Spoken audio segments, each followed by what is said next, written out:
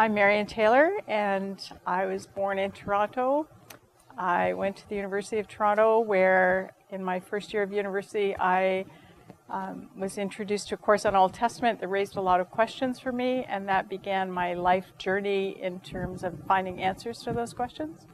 So I did a degree in Near Eastern Studies and did a master's degree in Near Eastern Studies, and then I thought I still have questions, so I began my theological studies.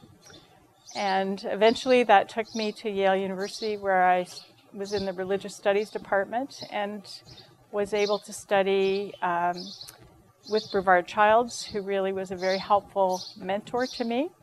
And my interests, even at that time, tended to go to history of interpretation.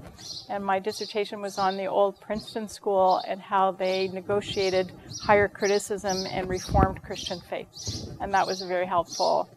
They were helpful mentors to me. I remember being in the library, reading their diaries and journals and thinking, they asked the same questions I did. And so their answers were very helpful to me.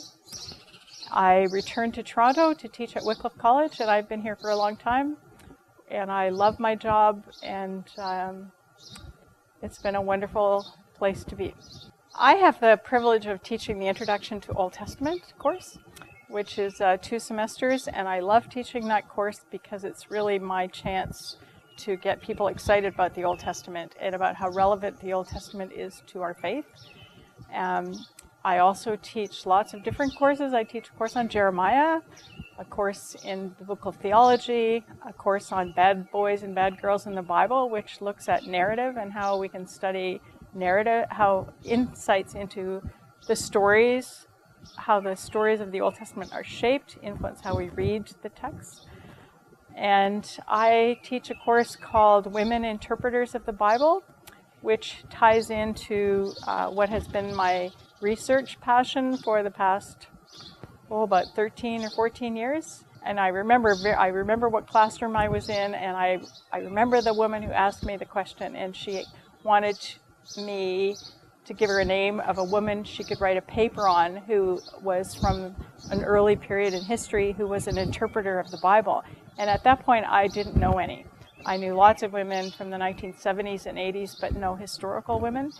And so that question led me on the adventure of my life, which has been to recover forgotten women interpreters of the Bible.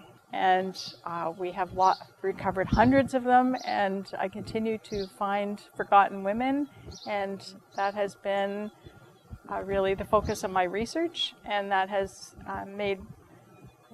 given me a lot of insights and examples for my teaching also. So I teach a course on history of interpretation also. I think what I do in the classroom does have an impact on students and then on their ministries. I think in the Old Testament introduction, I really try and show how the message of the Old Testament is relevant to our lives today. I teach people the different methods of interpreting Scripture and try and really make it practical.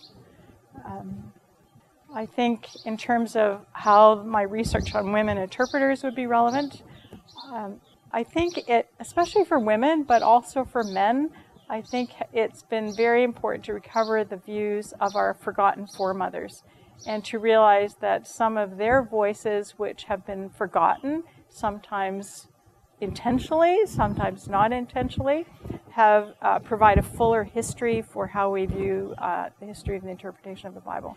So we've found wonderful mentors for people, both men and women today, who have busy lives, who have complex lives, lives that have to balance family and work. And Harriet Beecher Stowe had to do the same thing. And we can read her life story, realize that she was married to a poor theologian, a professor of Old Testament. He didn't make enough money to meet the needs of the family, so she took up writing. And so she had all these children, and she kept her apron on, and in the pocket of her apron were the notes of her next book. And she had to, and then you read that even while she's writing, while she's waiting for the baby to wake up to be nursed, the guy comes to the door, the fishmonger, she buys fish for dinner, then the next guy comes with a bushel of apples. So she's balancing all these things in her life. And when I read that, I thought, wow, her life is a bit like mine, trying to balance family and work and church and all the things you do, and to have a wonderful mentor from the past for men and women, I think has been really life-giving. So I think my research area is very relevant, and it also on the hard questions about women's roles in the church and in society, for recovering the forgotten readings and writings of women gives us new conversation partners for those historically difficult questions.